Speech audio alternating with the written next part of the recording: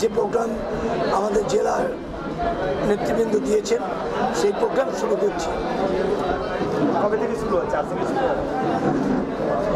এরপরে আবার একটা দল আসবে,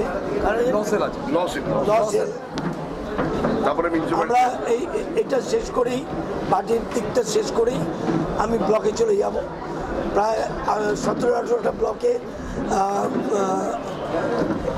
আমি যাব, তারপরে ব্লক লোকের সাথে মিট করব।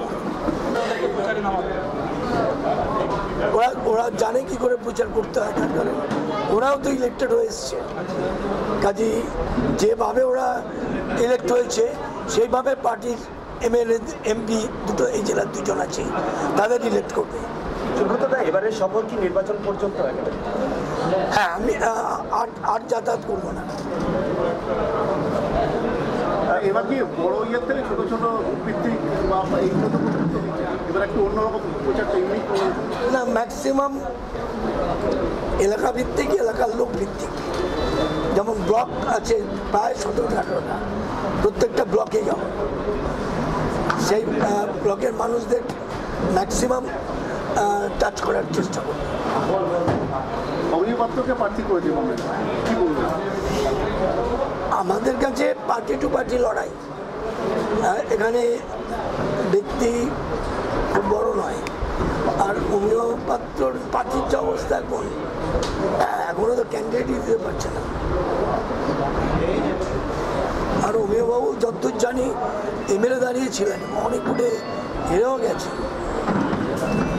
বিজেপি এখনো এই কেন্দ্রে প্রার্থী ঠিক করতে পারেনি। বিজেপি আমাদের পার্টির থেকে কেউ ছেড়ে গেলে তাকে ধরে না পাবে, ওদের যে থিওরি আর কি সব জায়গায় দেখছি সেরকম নেই বলে দেরি হচ্ছে। মানে আমাদের থেকে যদি কেউ সেরে যায় সেটাকে ধরবে, না না নেই বলে দেরি হচ্ছে। তাহলে অন্য জায়গায় যেখানে যাবে সেটা নিয়ে আসবে। এখানে কি সিপিএম এর সঙ্গে দ্বিমুখী লড়াই? অর্ধেকের বেশি প্রার্থী তো দল ছুট লোকেরা। দুবার এলেন, দুবারেই বাঁকুড়ার যিনি বিধায়ক আছে তাকে দেখতে বললেন।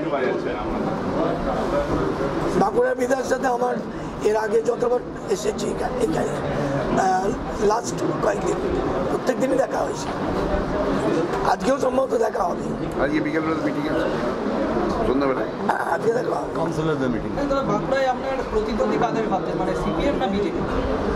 সেটা ক্যান্ডিডেট থেকে ঠিক করতে হবে। ওদের তো কে আমাদের থেকে যায় দেখি সেটাকে ধরে দেবে, সেটার ওজন দেখবো। যাওয়ার কি কোনো সম্ভাবনা দেখতে পাচ্ছেন?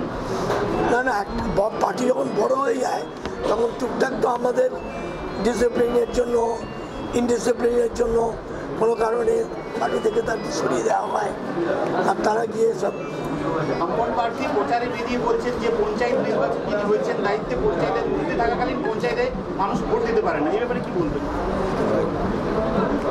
ওই মহাজ্ঞানী মহাজন যে পথে করে গমন সেই পথ রক্ষা করে স্বীয় কীর্তি ধ্বজা ধরে আমরাও অবকরণীয়। ওরা তো যা যা এই আমি যে আইনটা তৈরি করেছিলাম 1973-তে, সেই আইনটা আমরা এক্সিকিউট করে যেতে পারিনি, ওরা করেছিল। এবং তারপর ওরা যা যা করেছে আমরা সেই পথ অবলম্বন করেই যাচ্ছি, বলে দেবেন। এর আগেই তো এক নেতা অনেক কথা বলেছেন।